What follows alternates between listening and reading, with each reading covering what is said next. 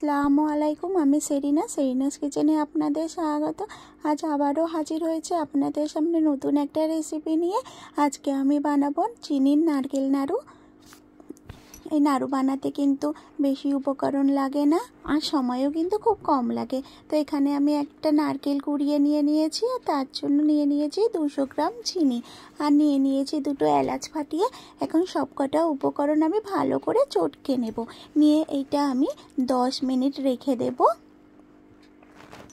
এখন গ্যাসে কড়া বসিয়ে এর মধ্যে আমি হাফ কাপ লিকুইড দুধ দিয়ে দিলাম আর দিয়ে দেব 2 চামচ পাউডার দুধ দিয়ে আমি এটা একটু ঘন করে নেব। নিয়ে এর মধ্যে আমি এবারে ওই নারকেল কোড়াটা দিয়ে দেব, দিয়ে এটা নাড়তে হবে, ভালো করে পাক দিতে হবে। আর এটা পাক দেওয়ার সময় কিন্তু অবশ্যই গ্যাসের ফ্লেমটা লো টু মিডিয়াম করে রেখে দেবে। এটা সাদা নাড়ু হবে, তো সেই জন্য যারা সাদা নাড়ু বানাতে চান গ্যাসের ফ্লেমটা একদম লো রেখে দেবেন, দিয়ে বানাবেন। তা না হলে কিন্তু এটার কালার জোরে দিয়ে দিলে কালার চেঞ্জ হয়ে যাবে, তখন গুড়ের মতন হয়ে যাবে, গুড়ের নারকেল নাড়ুর মতন হয়ে যাবে। তো গ্যাসের ফ্লেমটা কিন্তু আপনারা অবশ্যই লো টু মিডিয়ামে রেখে পাক দিতে থাকবেন ভালোভাবে।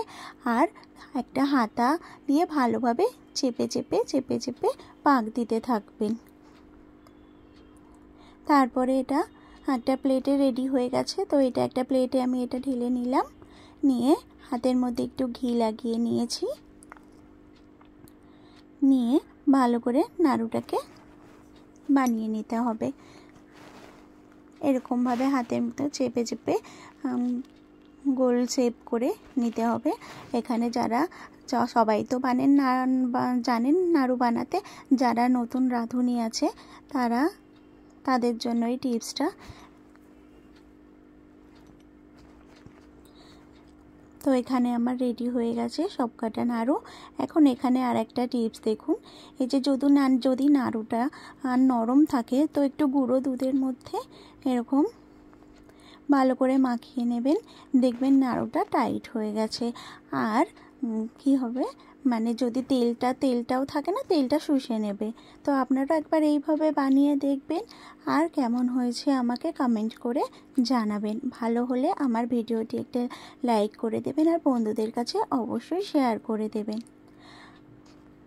আর আপনি যদি আমার চ্যানেলে নতুন বন্ধু হয়ে থাকেন তাহলে চ্যানেলটি সাবস্ক্রাইব করে দেওয়ার জন্য অনুরোধ রইল। তো সবাই ভালো থাকবেন, সুস্থ থাকবেন। ফিরে আসবো আবার নতুন একটা রেসিপি নিয়ে। Thank you.